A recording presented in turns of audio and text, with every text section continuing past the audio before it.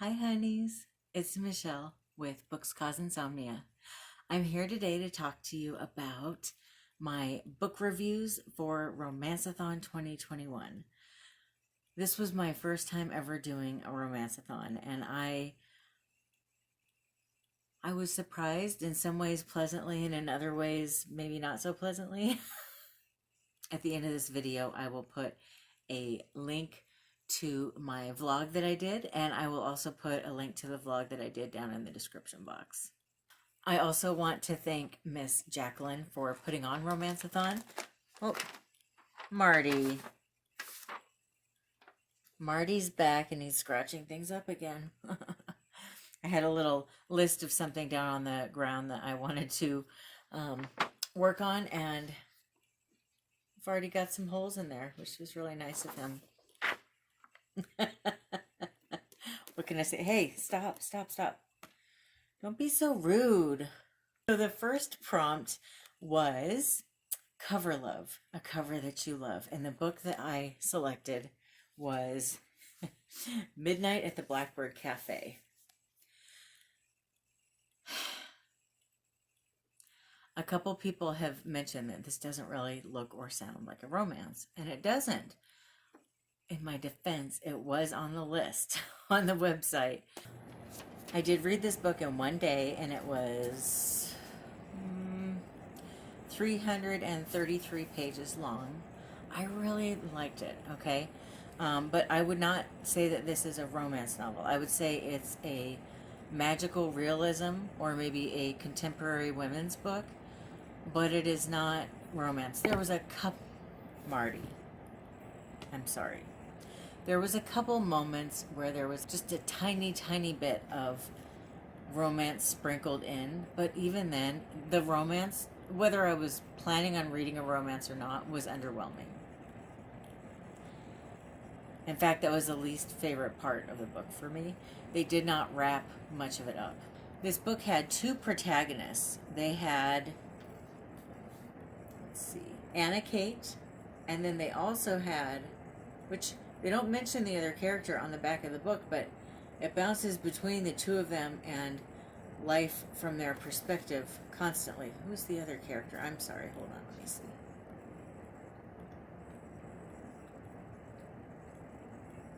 Natalie.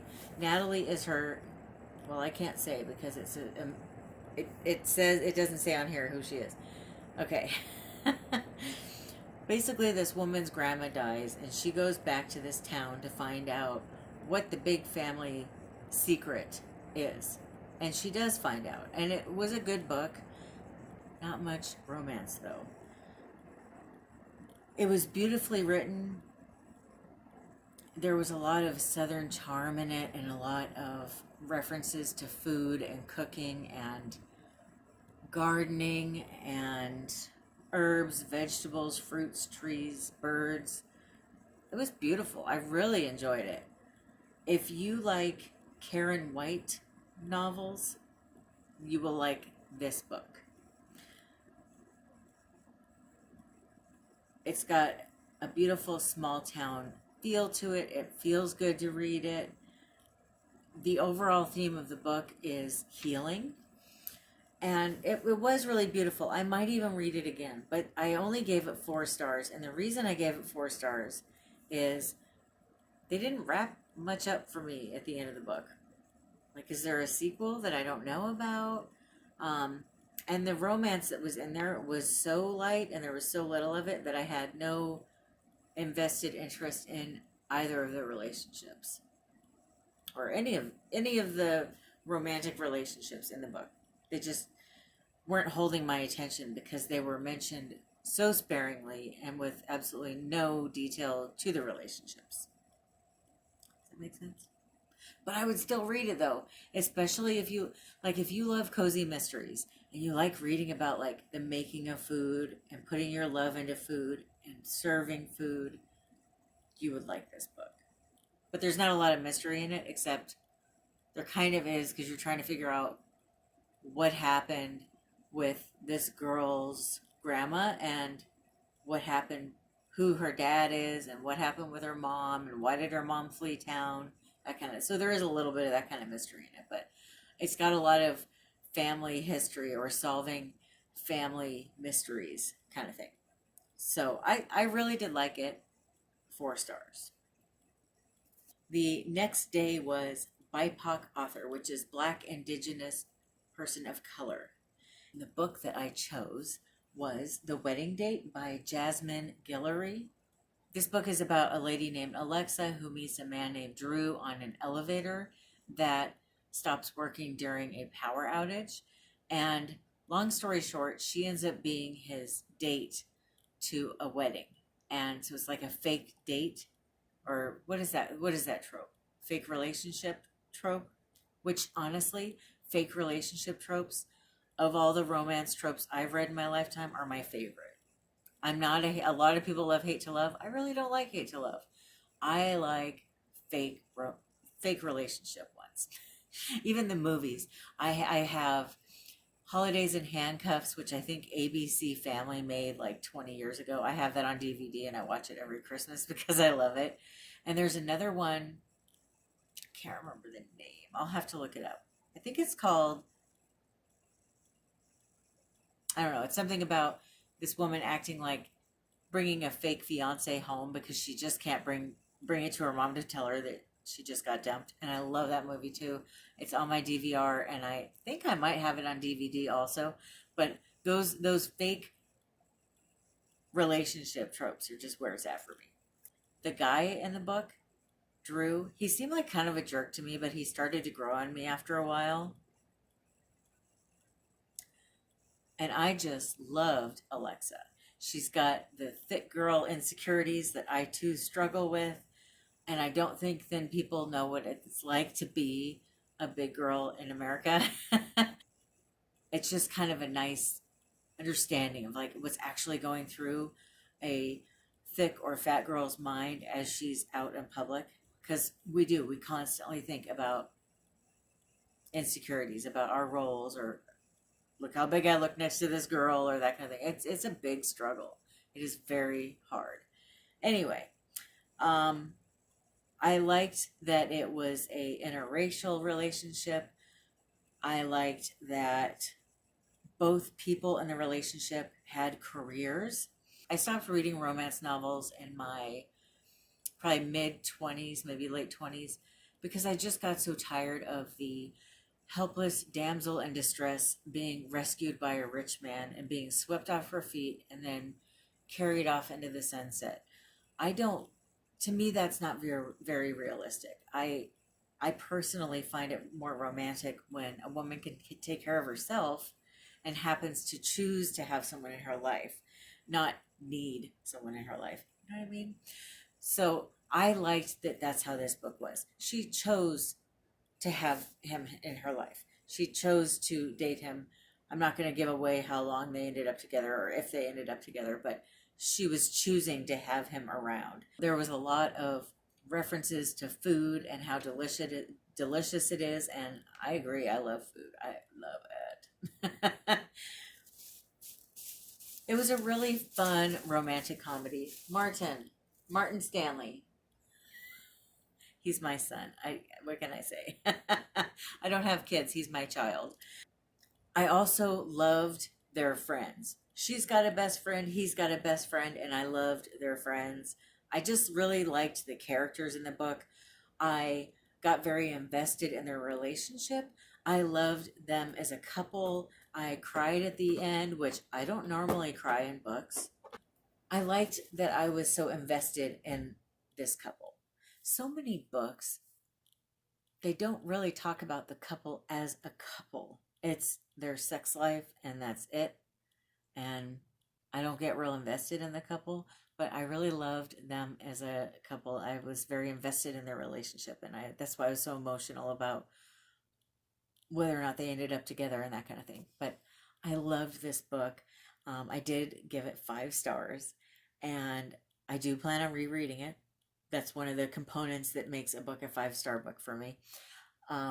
And if you've read her other books, let me know which ones you recommend, because I think she also came out with a book called The Proposal, and sure what else, but I would definitely be interested in reading more of her books. I just want to hear from you which ones you recommend.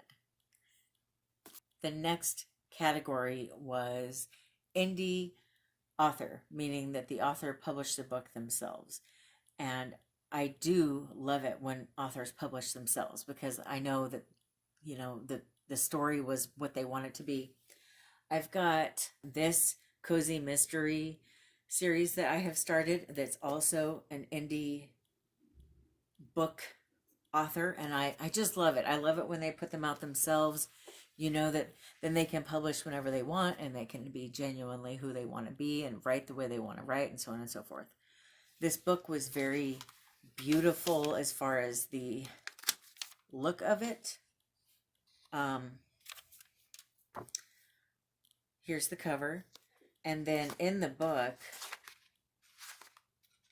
it's kind of neat. She's got a soundtrack in here, which I've never seen before.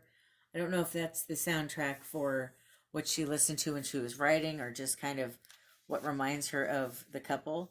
But the beginning of each page of each chapter, the first page, has this beautiful imagery of the crown on there.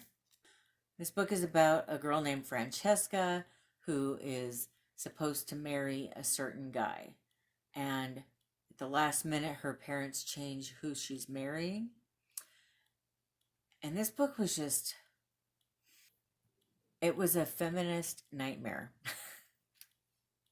The guy in the book, the love interest, if you want to call him that, was just such a jerk, and he just hated women. He's very negative. Where's that scene? I was going to tell you guys, there's a scene in here. Okay, I just want to read this to you so you can kind of get what I'm saying. I was dismembering my main course now, a lobster, imagining it was my... Marty, stop. Sorry. He's scratching a box. Imagining it was my future wife's limbs, when Galia Hatch perked up from her dish and shot another enthusiastic, borderline deranged glance at Francesca. Her hair was bleached and sprayed to a point it clattered in dry chunks atop her head, and her face so plastic she could pass as a Tupperware container. Not to mention, there was a medieval witch somewhere who wanted her dreadful dress back. I don't know. I'm sure maybe to the author that was like kind of funny, but this guy, the love interest, was like this towards women the whole book. And it got old real quick. I didn't think it was cute or funny or amusing. It was really an erotic soap opera. It was like overly dramatic. There was, if you want something erotic, buy the book. I mean, there's a lot of sex in here, a lot of it. But one thing that happens when a book is about nothing but sex is, where's the relationship? Where's the connection? Why are these people together? Nobody knows. I guess just the sex. But, you know, if you want to grow old with someone, there's so much more to a relationship than sex. There's so much more. You want to marry your best friend. You want to marry somebody you can grow old with, and somebody that will, you know, hold your hair while you throw up, right? There was no relationship to care about. It was very cheesy and immature. I just was shocked at the way the guy treated Francesca, and the fact that she, well, I guess at the end of the day, you could say she was okay with it. They had that fake fairy tale crap that I hate. Okay, this was a big thing in the 80s and 90s and probably before that, where, and I guess you see it now in rom-coms and stuff. A guy, or not even a guy, but just someone will treat their significant other like absolute crap on the ground that they just stepped on, you know, just like they're nothing, repetitively. And the person will finally say, you know what, that's it, I am done, and they'll leave. And then cue the cute poppy romance music, and the guy, like, he gets in the cab and he goes flying down there, and like the cab's cutting everybody off, and there's traffic all over, and then he gets out of the cab and he goes running to like the airport. He's knocking people over. Never mind, TSA wouldn't let you in the actual airport part.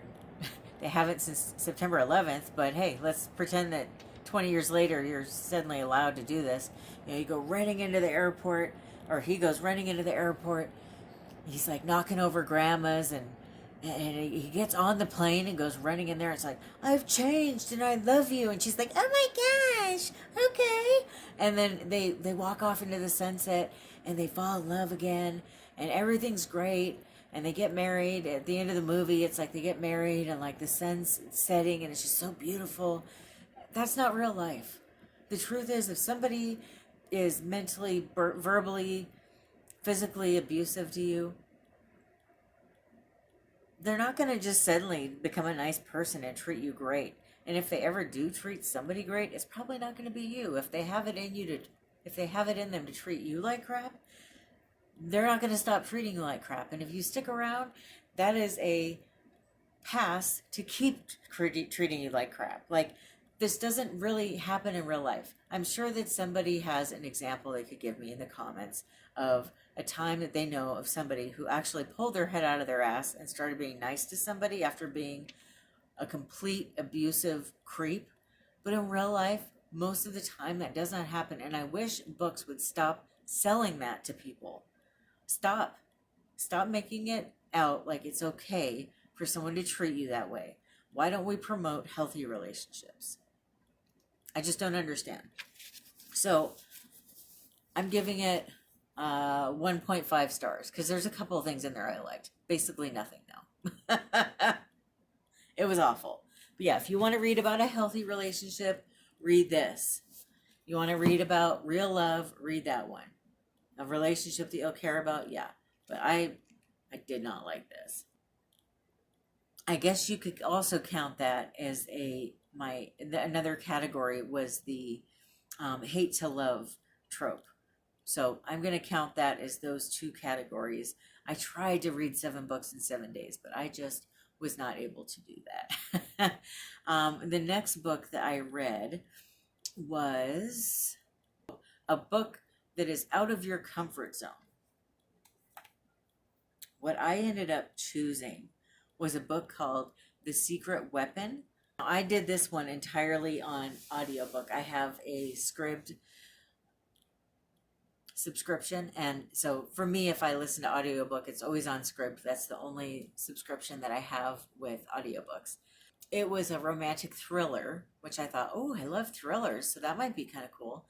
But basically, it's about a FBI agent and a guy who's an actor. His best friend, who was an actress, got murdered, and he goes undercover with the FBI agent to help solve who did it.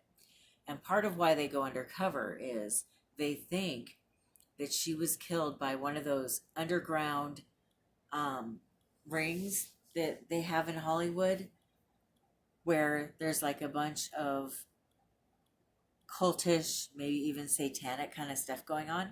And for me, cults and satanic stuff is like out of my comfort zone. So I thought, I'll go ahead and read it. Well, it was definitely more of like a Epstein kind of thing or something, or some of those other things that you hear about happening in Hollywood, which was still uncomfortable, but it wasn't as dark as I thought it would be. It had a fun storyline. It was cheesy. It was far-fetched. It wasn't terribly realistic, but it was really fun to listen to. It was kind of like a happy soap opera, and a little bit sexy too. You know what it reminded me of? You know, at 1 a.m. when you can't sleep on like a Tuesday night, you get up, you turn on the TV, and you're trying to find something to watch, and there's like a cheesy Lifetime original movie that's about something like that, like an FBI person going undercover with like a civilian who happens to be this gorgeous actor, right? That's what it was. But like, you watch the whole thing, like now you really can't fall asleep because you have to finish the movie, and you love it, and you end up watching it like a couple more times because it's like, and it's cheesy, and like anybody watching, like if anybody walked in the room and saw you watching it, they'd be like, what are you watching? You're like, shh, I love this movie. That's what this was. Like, it was just fun. It was adventurous. It kind of felt like a weird dream, but it was a great palate cleanser. And this author, her name's up here. I didn't write it down. Sorry. She's got a bunch of other books on Scribd. So if you have an account, and they're all 6 hours or less to listen to, if you have an account on there, give one of them a shot. I mean, some of them are even only 2 hours long, but they're fun. So I highly recommend it. Just for fun and just for a palate cleanser. I gave this book 3 stars. And then the last book that I want to talk to you about was my day 5, 6, and 7. It was a new to me author, which honestly they all were new to me because I don't read romance novels anymore. It was Get a Life, Chloe Brown by Talia Hibbert. And I really didn't like it. I got 130 pages in and I decided to stop reading it. That doesn't mean I won't finish it. But the reason I didn't like it, before you come at me, because I know a lot of people love this book, I was just exhausted and I was romanced out. I literally almost started crying. I was just like, I can't do this anymore. I just need to stop reading for a little bit. And so I did.